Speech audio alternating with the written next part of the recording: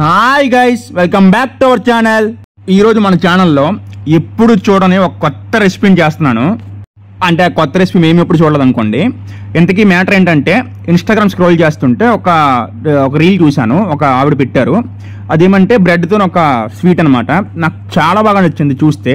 ఇంకా ప్రాసెస్ ఏమంటే చాలా సింపుల్గా ఉంది ప్రాసెస్. సో ఈజీ చేసేవచ్చు అని చెప్పేసి అనుకుని ఎలాగైనా చేయాలని ఫిక్స్ అయిపోయాము. అనుకున్నవన్నీ అవ్వవు, కానీ ఇది మాత్రం అనుకోగానే అయిపోయింది. కారణం ఏంటి అంటే, దీనికి కావాల్సిన ఇంగ్రీడియంట్స్ అన్ని కూడా ఇంట్లో అవైలబుల్గా ఉన్నాయి, అందువల్ల అయ్యిందనమాట. సో ఇంతకీ దీని మేకింగ్ ప్రాసెస్ ఏంటి అని అంటే, ఫస్ట్ మనము బాదము, జీడిపప్పు ఇలాంటివన్నీ కూడా మీర గార్నిషింగ్ కోసం వాడతాం కదా, అవన్నీ కూడా చాలా చిన్న చిన్న ముక్కలుగా కట్ చేసుకోవాలి. ఆ తర్వాత మిల్క్ తీసుకొని అది బాగా బాయిల్ చేయాలి. బాయిల్ చేసిన తర్వాత అందులో కొంచెం షుగర్ యాడ్ చేసుకోవాలి. షుగర్ బాగా కరిగిపోయిన తర్వాత ఇంకొక పావు కప్పు మిల్క్లో మనము కస్టర్డ్ పౌడర్ అనేది యాడ్ చేసుకోవాలన్నమాట. ఈ కస్టర్డ్ పౌడర్ యాడ్ చేసిన మిల్క్ ఏమొచ్చేసి మనం తీసుకున్న హాఫ్ లీటర్ మిల్క్లో వేసేస్తే దానివల్ల ఏం జరుగుతుందంటే మిల్క్ అనేది థిక్నెస్ అవుతుంది. సో మనం ఫ్రిడ్జ్లో పెట్టి ఫ్రీజ్ చేసేటప్పుడు అది కొంచెం బాగా ముక్క గట్టి పడడానికి ఉపయోగపడుతుంది అనమాట.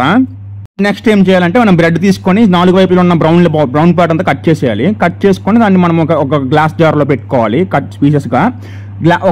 ఒక లేయర్ బ్రెడ్, ఇంకొక లేయర్ మిల్క్, మళ్ళీ బ్రెడ్, మళ్ళీ మిల్క్ అలా పెట్టుకొని డీప్ ఫ్రిడ్జ్లో పెట్టుకోవాలి. వాళ్ళు 1 అవర్ అని చెప్పారు, కానీ వీడియోలో మేము ఒక 4 to 5 hours ఉంచాము.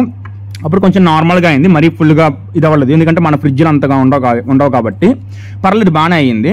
కానీ టేస్ట్ అయితే మాత్రం చాలా అంటే చాలా బాగా వచ్చింది. మేమైతే అనుకున్నాము, జనరల్గా మేము అనుకుంటాం ఇప్పుడు ఫెయిల్ అయిపోతుంది, ఈసారి బాగా వచ్చింది. మళ్ళీ ఎలాగైనా చేయాలనుకున్నాము. మళ్ళీ నెక్స్ట్ వీడియోలో కలుద్దాం. Bye bye.